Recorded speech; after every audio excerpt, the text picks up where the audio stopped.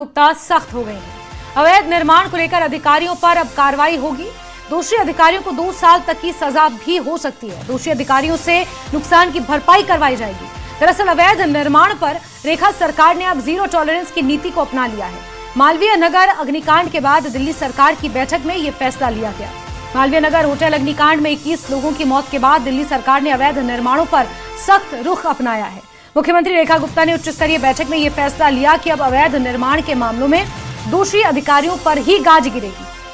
और मुख्यमंत्री रेखा गुप्ता ने कहा कि लापरवाही बरतने वाले अधिकारियों को जेल भेजा जाएगा और उनकी सैलरी, पेंशन और संपत्ति से नुकसान की वसूली की जाएगी।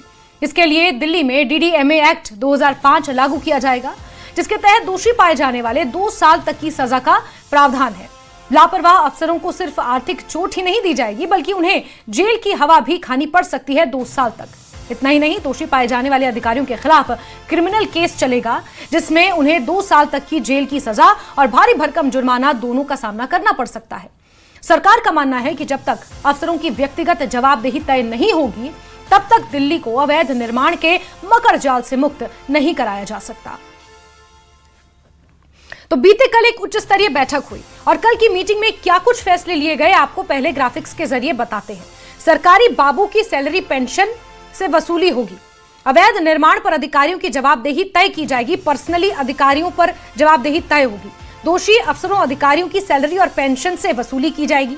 मुख्यमंत्री के निर्देश पर रेवेन्यू रिकवरी एक्ट 1890 लागू होगा। दोषी अधिकारी को 2 साल तक की सजा का प्रावधान है।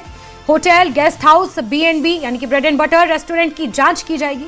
बिना लाइसेंस के चल रहे होटल सील किए जाएंगे। G+4 से ज्यादा वाले अवैध निर्माण को गिराया जाएगा और ऐसे में अब अधिकारियों की जवाबदेही तय होगी। ये अपने आप में एक बहुत बड़ा निर्णय है जो मुख्यमंत्री रेखा गुप्ता ने लिया है, रेखा सरकार ने लिया है कि व्यक्तिगत जिम्मेदारी तय हो उन अधिकारियों की